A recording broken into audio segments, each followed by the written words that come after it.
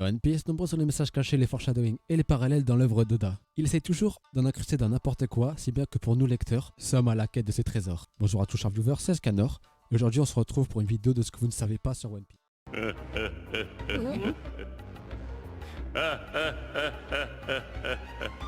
ここを抜けたきゃ俺を解放しろ。俺ならこの天井に穴を開けられる。どうだ久しぶりだな麦わら。 Pour le premier, on s'attaque déjà à du très lourd qui est le secret de Crocodile qu'il entretient avec Ivankov.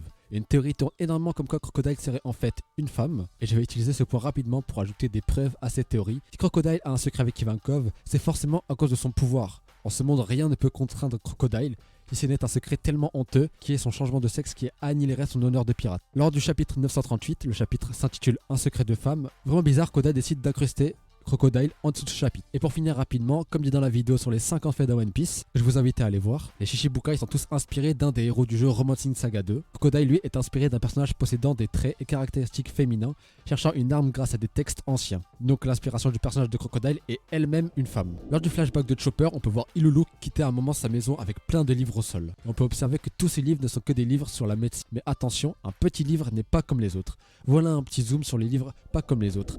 Et vous n'arrivez peut-être pas à le lire, mais moi je vais vous dire ce qui est écrit. Kokaku, Mongeo, Nika. Oui, actuellement dans les scans, vous croyez que c'est Huzuo qui parle pour la première fois de Nika, mais sachez que Nika est pour la première fois présenté ici sur un livre d'Iluluk. Mais que veut dire ce titre? On peut très clairement imaginer que Mongeo Nika est le nom de Nika, vu qu'il se trouve sur d'autres livres. Kokaku signifie l'ancien, quant à Mongeo, il signifie une terre, mais attention, j'ai réussi à trouver une autre signification allant plus loin. Mongeo pourrait signifier Pangea, qui est le continent originel qui, au début du monde, réunissait tous les continents et toutes les terres à lui seul. Et où revoit-on le nom de Pangea dans One Piece? Eh bien, sachez que le château de Tenryubito se nomme ainsi. Mais la signification du mot Nika vient peut-être de tout chambouler, car c'est un nom signifiant appartient à Dieu ou au Seigneur. Donc le nom pourrait alors signifier une ancienne terre appartenant à Dieu ou l'ancienne Pangea appartenant à Dieu. Pour ce troisième point, on va aborder le mariage et l'enfant de Makino. Dans une des mini-aventures au chapitre que je vais vous montrer sur la vidéo, on découvre que Makino a un bébé. On ne sait absolument pas de qui il est. Puis il vient lors d'un chapitre où on nous montre une autre mini-aventure. On voit les bandits des montagnes, le maire et Makino festoyer. Et on peut observer une bague de mariage qu'elle n'avait pas avant. Puis vient plus tard le chapitre 838. On peut observer Shanks dans un endroit, mais on ne sait pas lequel. Peut-être dans une église au vu de la croix qui est arborée derrière lui. Et pour la première fois, on peut voir que Shanks a changé de short, avec cette fois des roses blanches. Les roses blanches qui ont pour signification la paix et synonyme de nouveau départ et de nouvelle vie pendant les mariages. Donc on peut très facilement imaginer que Shanks, lui, a participé au mariage de Makino. Et on pourrait même conclure que ça soit Shanks. Le maire du village est très énervé quand il regarde le bébé sur cette image, comme s'il venait d'un pirate ou d'un hors-la-loi. Ce ne serait pas le cas si ça serait une personne normale. Mais Oda ne s'est pas arrêté là. Dans le SBS du tome 63, le lecteur demande: Makino serre un bébé dans ses bras. Ce bébé est donc à Makino, j'imagine. Et pour le père. Et Oda répond: Makino est devenue mère. Elle semble si heureuse. Quant au père, c'est un doute cet homme.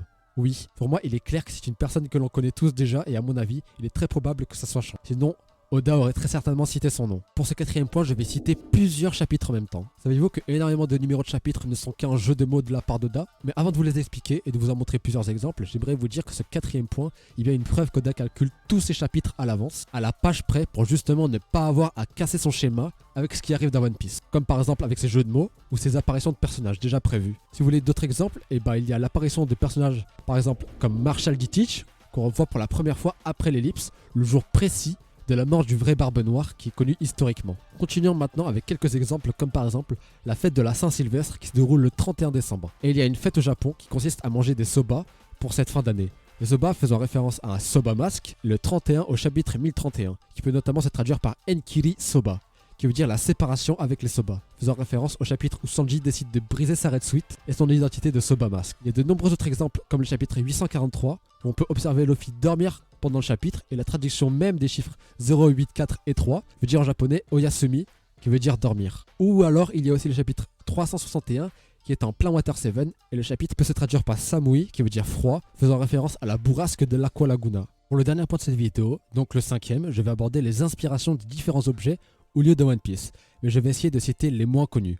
Le coffret Tamatebako qui contenait les pilules boostant la puissance est une référence à la légende d'Urashima Taro. C'est une personne qui passe à 300 ans dans le palais de la reine Otohime, mais qui croyait avoir passé 3 jours. Après avoir eu le mal du pays, il est retourné à la surface avec un coffret donné par la reine. Et de retour à la surface, il ouvrait le coffret et au lieu d'être jeune comme à son arrivée, il vieillit de 300 ans. Il y a énormément de références comme par exemple Zeus et Prométhée de Big Mom qui sont une référence à Zeus qui maîtrise les éclairs et Prométhée qui a volé le soleil aux divinités pour la donner aux humains. Il y a aussi par exemple Raijin Island, si vous avez oublié ce que c'est l'île où Uru s'est rendu et il y a rencontré une vieille personne. C'est une île où les éclairs n'arrêtent pas de tomber. Cette même île est inspirée de la foudre de Katatumbo, qui est un endroit du monde où une tempête d'orage s'abat 150 nuits par an pendant 10 heures environ. Merci d'avoir regardé cette vidéo. Si vous avez kiffé, laissez un like et partagez-la à tous vos potes ou amis, ou même sur les réseaux, ça ferait ultra plaisir. Abonnez-vous pour ne rien louper de ce qui arrive. N'hésitez pas à me dire dans les commentaires si les points abordés sont assez originaux. Et si la prochaine vidéo, portez-vous bien. C'était Scanner.